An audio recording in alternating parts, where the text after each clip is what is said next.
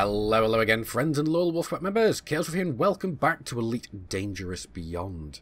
Today we are going to be taking a look at the Chieftain ship kit, which came out yesterday. So without further ado, let's head into the livery and see just what we are getting for this ship. And to start off with, we're going to have a look at the spoilers, and contrary to the norm for ship kits, there are no actual proper spoilers in here. The first one, here we go. It does go and add some extension to the sides of the hull, basically the nacelle wings, in a way, extending those further back. Not sure what I think of those. It also seems to potentially, let me just double check. Yes, it does. As we can see, it adds some additional visual weight to the fins here, and I do believe it adds a little fin to the top. It does indeed. So let's apply that and get a closer look. Here we go. As we can see, it does extend out the back even further off the little nacelle winglets. And it seems that it will actually potentially either fit snugly against the nacelle itself, or it may potentially clip over so slightly. But by the look of it, it looks like it's going to fit exactly into that point here. So basically like a jigsaw piece almost. So that's kind of interesting. We've also got basically the additions to the two little fins at the back. Now this isn't terrible. It just really is a little bit weird in a way. Definitely not the standard boy racer spoilers, so there's that. Definitely does make the back of the ship look less like the scuttler from the Lego Batman movie, I've got to say. Moving on to spoiler 2, and that is this one. Again, we're getting more weight added to the winglets at the back, but this is extending even closer to the centre. We're also getting additional little winglets at the top, which I think is the closest thing we're going to get to a boy racer spoiler on this ship. So let's apply that and get another closer look. And as we can see, it is extending further back out. We can clearly see the joint, but it's not all that really noticeable. It does look like it's still part of the hull design. I do like how we have additional detailing on the new pieces as well, and they're not just flat bare metal. Again, we've got the two little winglets added at the top, and unfortunately, because of the limitations of the new camera suite, I cannot actually have a look up the top. Oh well, but looks like that's the best we're going to have at the moment. But I've got to say, this is not terrible. Frontier definitely seems to have stepped up their game when it comes to these ship kits. Then again, this is the first ship kit for an Alliance kit. Then again, this is the first Alliance ship. So they better pull out their A game for this one. Moving on to spoiler 3, and this is going to be adding some extra fins. One in the centre and two on either side. That seems to be all it adds, but it does seem to add a different kind of more potentially aerodynamic stability look. Because let's be honest, this is one of the first ships in the game that looks like it's properly designed for atmospheric flight. The central fin is not just a fin, it seems like it houses potentially more equipment, because it definitely has a much more of a functional look to it than some of the fins that we've seen plated onto ships. I mean, look at this one here. Again, more designs, more little fins. Looks like it could be cooling fins on the fin itself. I don't know. Like a little heatsink towards the back. But there's definitely a lot more detail on each of these individual pieces. Now, moving on to the last of the ship kits. This is going to be more fins on the side, although these ones seem to be curved fins. It also extends the rear fins further in and down. So that's kind of interesting. I'm going to have a look at that from the front as well. Yes, as we can see, it does indeed extend the fins forward, and the additional fins that we get on the side are indeed curved little fins. They're actually kind of interesting. I do like the fact that they do look a little bit different. I don't know about their practicality, but they definitely look interesting. Now, what I was curious about were these little extensions to the front. I was wondering whether they connected to the main hull where your ship designation goes. But it looks like they could theoretically cover over part of it, if you have more than the 3 letters I use. Other than that, I am not entirely convinced, and is it just me? Or did this add something on the bottom? No, I don't think it did. I do believe that these parts are part of the Chieftain as stock because they do have the manoeuvring thrusters on there. So out of all these pieces, I'm not entirely sure which one I like the most. I've got to say I do kind of like the inclusion of the extenders further forward here, although having looked at them from the front, I'm not entirely convinced, as with the curved fins here. Overall, I think potentially spoiler 1 or spoiler 2, maybe. Actually, I don't know. I'm kind of equal on all of them. Next, we are moving on to the wings. The first one doesn't look like it adds all that much. Here we go. We can see it adds a small fin on the side of the nacelle. Also a small vent on the winglet. So that is interesting. It looks like that's all it really adds. So yeah, that's literally mostly it. Although, actually, I know what that is. Those aren't vents. I know what they are. Aha! Yes, it adds some sensor spikes, actually. So that's what that one was. I didn't spot that before. Having a closer look, we can see that it does, in fact, add some sensory equipment to the side of the Chieftain, as well as a small fin on the nacelle itself. Now, I've got to say, the fin on the nacelle doesn't look terrible at all. In fact, I'm finding myself slightly partial towards this already. And the sensory equipment, I'm not sure. It kind of makes it look a bit more like a sciencey vessel. Or maybe these are range-finding tactical sensors. I don't know. It's entirely up to you what you want to have these as your in your head cannon. But they are interesting, I've got to say that. And yes, I know I'm using that word overly, but there we go. I do find these a little bit fascinating in the fact that you can use this to roleplay your ship however you want. Moving on to Wing 2, and this seems to add some fins along the bottom. Doesn't seem to add anything other than that. Now, trying to get a closer look at these is going to be a little bit problematic, but then again, here we go. It does add some extending fins to the side of the Chieftain, but I'm not sure about those canisters. Were they always there? I've got to say, I never really noticed. And yes, those canisters were always there. I thought I just had to quickly come back and check with no ship kit. So yes, they are standard stock on the Chieftain. Moving on to Wings 3, this is going to be adding on some extra, well, wings to the rear of the ship. Just extending the winglets on the forward section. So let's apply that and have a closer look. So here we can see the part that has been added. It is a connecting piece between the two winglets, just giving the ship a little bit more width. Again, it's got some great detailing on there, some extra panels, some bolted sections that match the main hull. And what looks potentially to be, I don't know, a port, an extra maneuvering thruster potentially? But I've got to say, all of these parts that I've looked at so far, at least the vast majority of them, don't look like they've just been bolted on willy-nilly. They look like they are potentially different variants of the same ship. Now, moving on to Wing 4. This one seems like it's giving you the most drastic of changes. This does look rather weird, at least to begin with. So let's apply it and get a closer look. So I'm curious to see how this actually attaches properly to the ship.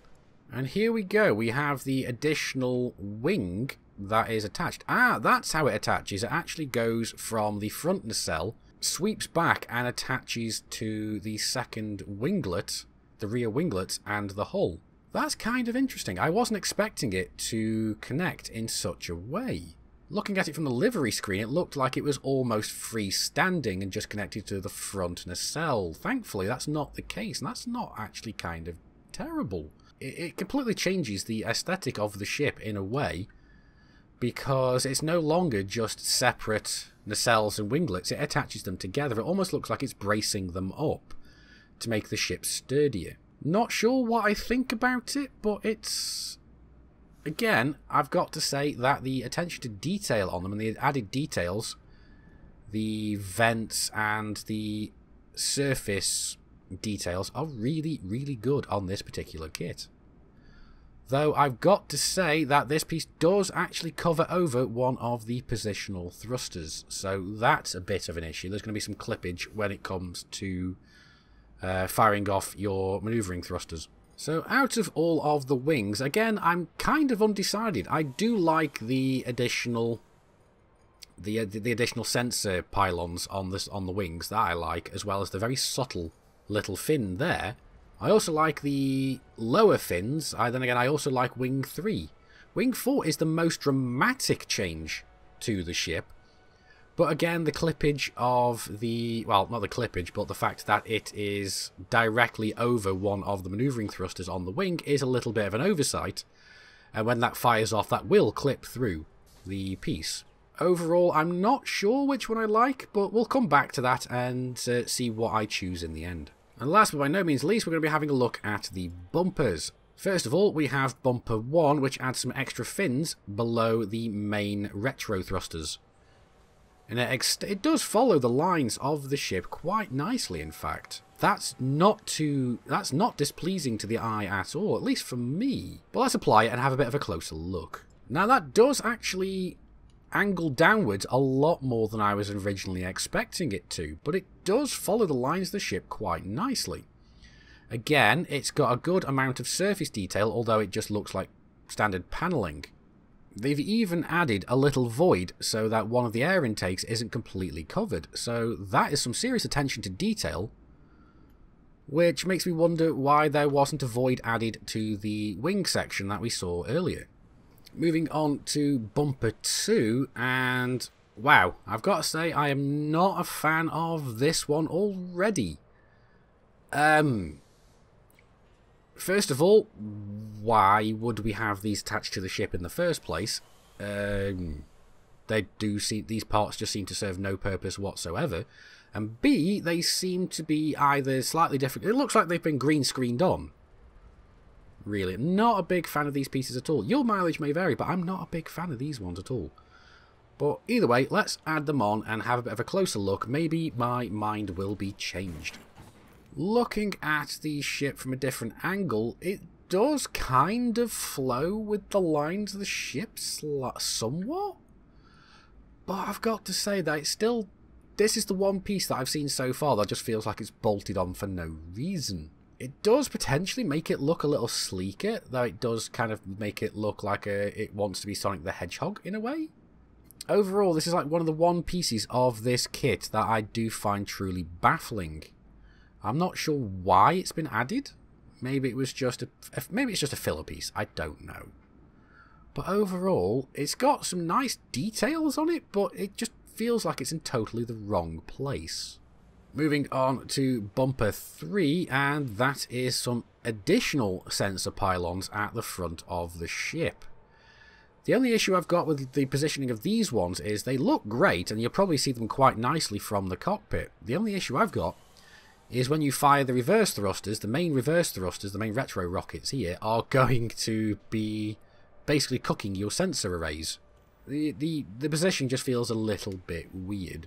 But we'll have a closer look, because we can't see just how far they extend off from the camera here. Now here we go, we can see that they don't actually extend off all that far in front, although they do add a little bit more weight round about here. That's kind of interesting, I've got to say. Again, that word again. A lot of people hate it when I use that word so often, but it is. And again, they've added a void so that the vent is not covered. So again, it makes it even more confusing as to why the wing piece did not have a void for the maneuvering thruster. Now, moving on to the final piece here, which is bumper 4, and that's going to add some more winglets to the front of the ship here. This is kind of nice. It's got some additional bracing at the top. I'm curious to see if there's going to be anything additional underneath. But already here we can see the nice surface detail on there, so let's apply that and get a closer look. And here we go. We can actually see that it's got a vent in the front, nice little void at the top. The details are very, very nice on this one.